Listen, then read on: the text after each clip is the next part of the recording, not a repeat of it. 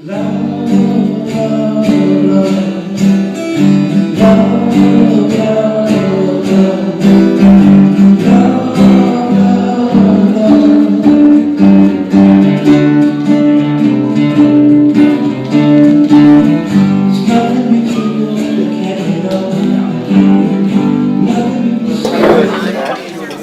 face of aging in America is changing. Gone are the days when life beyond the age of 65 revolved around a trip to the pharmacy or a life in isolation.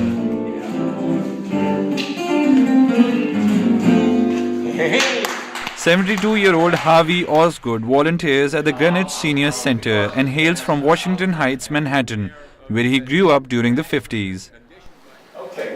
Founder of the New York City atheist community since March 2003, this mechanical engineer believes that love is life, no matter how old one is. In the ineffable definition of love, people are going to hate this.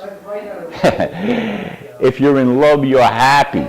If you're not happy, you're not in love. Now, you see how that screws up everything that you've been hearing from these other old folks here? I love that woman. I met her when it fit 60 years ago. I've been in love with her for 60 years. This is not love. After 30 years of falling and failing in love, he finally found kryptonite.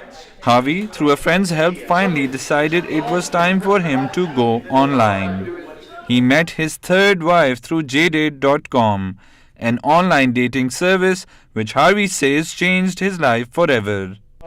It was a random encounter, you see, and it turned into the most miraculous love affair that anybody has ever known, because we've been happy for 372 weeks, 4 days, coming up at 6 o'clock. I know exactly when our date was. It was at 6 p.m. on October 7th, 2005, and it's been running ever since. Seniors like Harvey have more avenues to socialize today, with the internet opening up their horizons.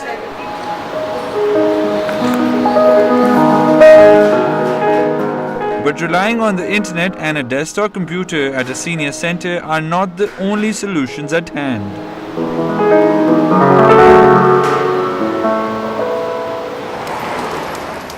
Senior centers themselves have become important social hubs where older New Yorkers interact with like-minded individuals and groups. Because Frank and I have the same values, we have become very good friends. Rita and Frank met at the Carter Burden Senior Center in Upper West Manhattan, who sit on table 10 every weekday to enjoy time with their friends.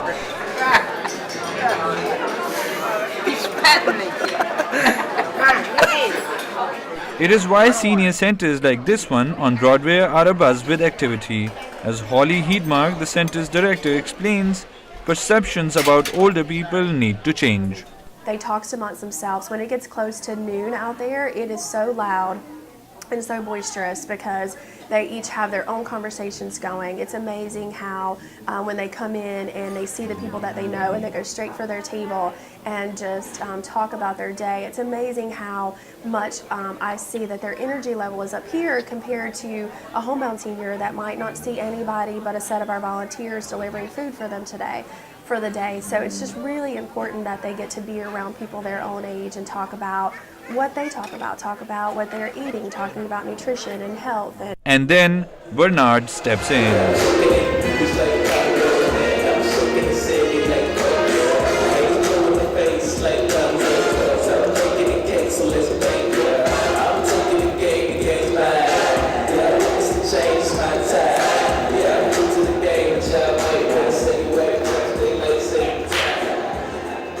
Dove started dancing at the age of 19, taking up modern jazz, ballet, and African dance, who embodies the idea that senior citizens need to live life to the fullest. And I want seniors to feel that because they get a certain age, they don't have to say, well, I used to do this and I used to do that.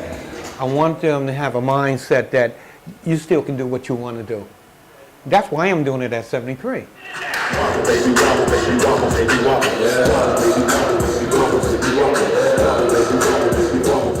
Although examples like Bernard are rare, Holly believes younger generations need to reach out to this segment of society and accept them for who they are. I have a huge passion for working with seniors, obviously, in their well-being, but all of us are going to age. All of us are going to get older. All of us can usually associate and have parents or grandparents that are aging.